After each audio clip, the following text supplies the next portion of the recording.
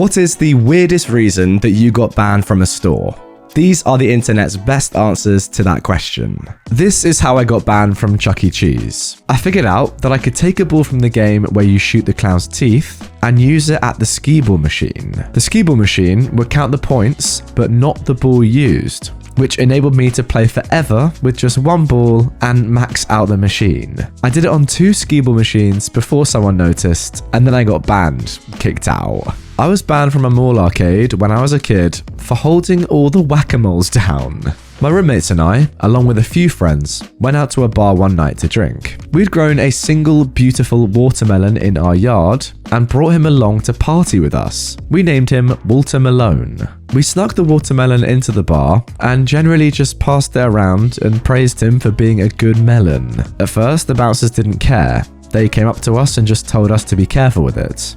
One of my friends got pretty drunk and started holding it above his head and dancing with it. The bouncers had enough of our shenanigans and tried to take it. My drunk friend agreed with them that he'd leave with the melon. A few minutes later, my friend makes it back into the bar with the melon under his jacket. He'd snuck in through the back and avoided the bouncers. Once they saw the melon again, they got pretty annoyed and kicked us all out.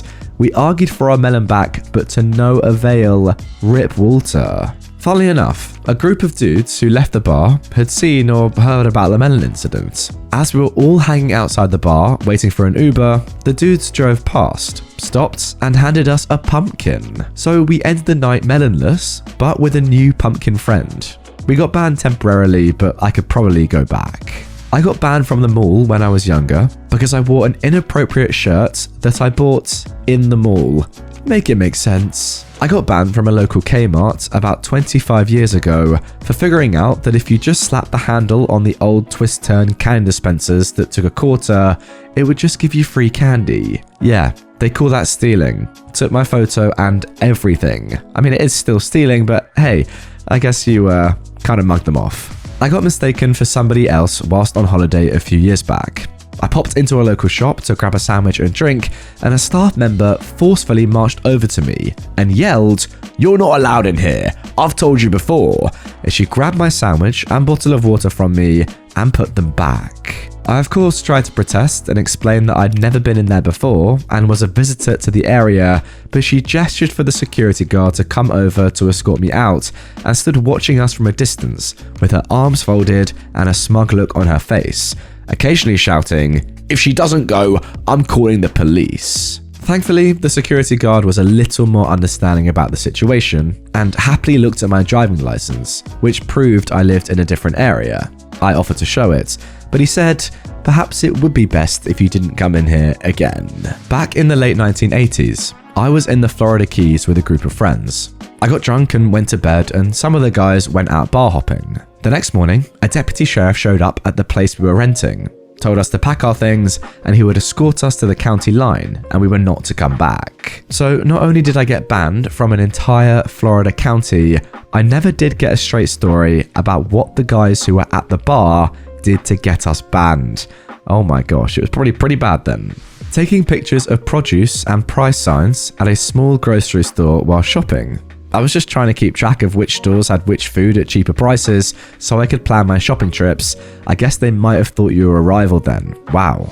My family has been banned from a local Marco's pizza for years because of my mum. She used to have some anger issues and also really loves garlic butter. When the Marcos forgot to include the garlic butter with the order, she called and asked them to deliver the single cup of garlic butter to our house. The Marcos, reasonably, said they can't do that, but she could come and get it. She stormed over there with our pizza and proceeded to smear the whole thing on their windows and counters. Haven't had Marcos since. That is mental. What an overreaction. And hey, don't get me wrong, I love garlic butter more than anyone, but I wouldn't do that. I got banned from the college cafeteria for taking in a digital food safety thermometer and a copy of the state health department temperature ranges. They were consistently 20 to 40 degrees Fahrenheit low, and food poisoning was a common problem. Alright, so you were just looking out for people then, and you got banned. I got banned from Six Flags Great Adventure several times in the early 90s. Back when I was in high school, season passes were like $40 or something, making it a no-brainer to buy one if you intended to go at least twice. My friend and I went probably 5 to 7 days a week since we lived close by. We knew the park and its operations better than pretty much anyone who didn't work there, and eventually grew too comfortable with taking shortcuts through employee areas, trying to climb things we shouldn't, bothering other guests, and overall being a bunch of New Jersey teenagers, aka jerks. The thing is, the only IDs we had on us were our season passes, which we always assigned fake names for no pre-planned reason. The summer of 1994, my pass said Oscar Schindler. We eventually got in so much trouble, they would take our passes and tell us we were banned for life. Well, another $40 at the front gate and boom, back in as Itzhak Stern. They needed at that time to figure out the flaws in their system. Hey, in many ways, you were just quality assurance then. I was doing a history project on Poland, and it was well known this teacher gave an extra letter grade for bringing in food from the country. A friend from my previous school brought me to a bakery that made kolaks that his family loved.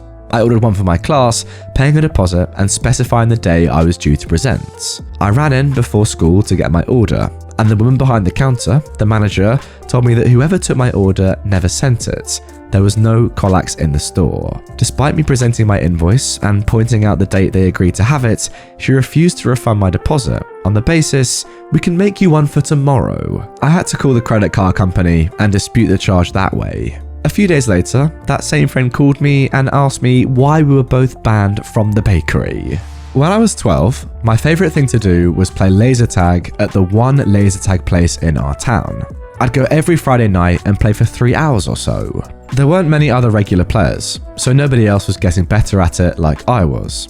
After about a year, I was just wrecking everyone, and the owner ended up banning me from the place because it was driving away other customers. It really sucked because it was my favourite activity and I was just immediately cut off from it. 6 years later, I found a place in another city that had other players that played regularly, so I was able to start playing again with people at similar skill levels. Now dude, although that is annoying, getting banned for being too good is very cool, I've got to say. A bar owner of a dangerous dive bar where I live got super drunk and enlisted the help of 10 regulars to beat the heck out of one of my friends. He was hospitalized and then they double charged me before we left, and then I was banned. It's been years, and to this day, I still don't know what started it.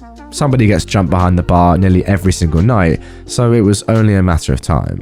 I talked it over with my police officer buddy, and they sent officers to request a recording of the parking lot from that night. The tapes were missing, and we were out of luck. Yeah, probably avoid that place in future, pal. Telling a fellow diner who was emotionally abusing her child exactly what I thought of her behaviour. She'd been insulting her child loudly for about 10 minutes. The kid didn't do anything in response. She just kept eating.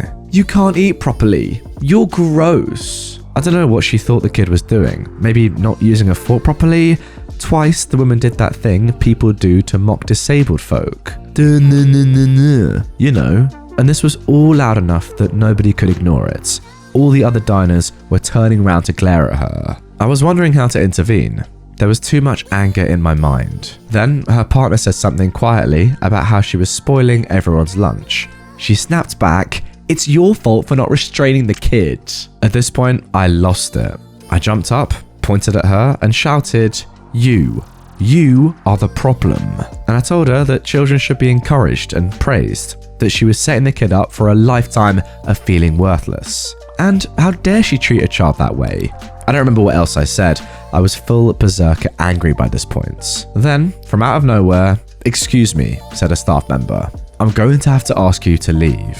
"Of course, I'm sorry," I said to the staff. "I'm sorry," I said to the other diners. And then, "But I'm not bloody sorry to you." I don't think the woman's going to change. I expect she'll punish the child when they get home. But the child will never forget this day. The child will know that someone opposes her mother, that someone can fight her corner. That was 1,000 times worth getting thrown out of the restaurant. And there we go, guys. I think that's a pretty good place to leave it. Leaving it on a wholesome note is something that I always like to do. And yeah, Nice story, you did the right thing, as you know, 100% worth getting kicked out for. Apologies for my voice in this one as well. As you can probably tell, it's not up to its usual best. I've got one of the worst flus I've had in my life. So yeah, that's why. Hopefully I'll be better tomorrow, but I kind of doubt it. Anyway, gonna keep plowing on, getting back to daily videos. Hope you enjoyed this one. If you did and you want more from me and Ask Reddit straight away, check out this video on screen. It's so lovely. I'm gonna cough in a second. If you're new to the channel, subscribe, and I will see you all tomorrow with a brand new one. Take care.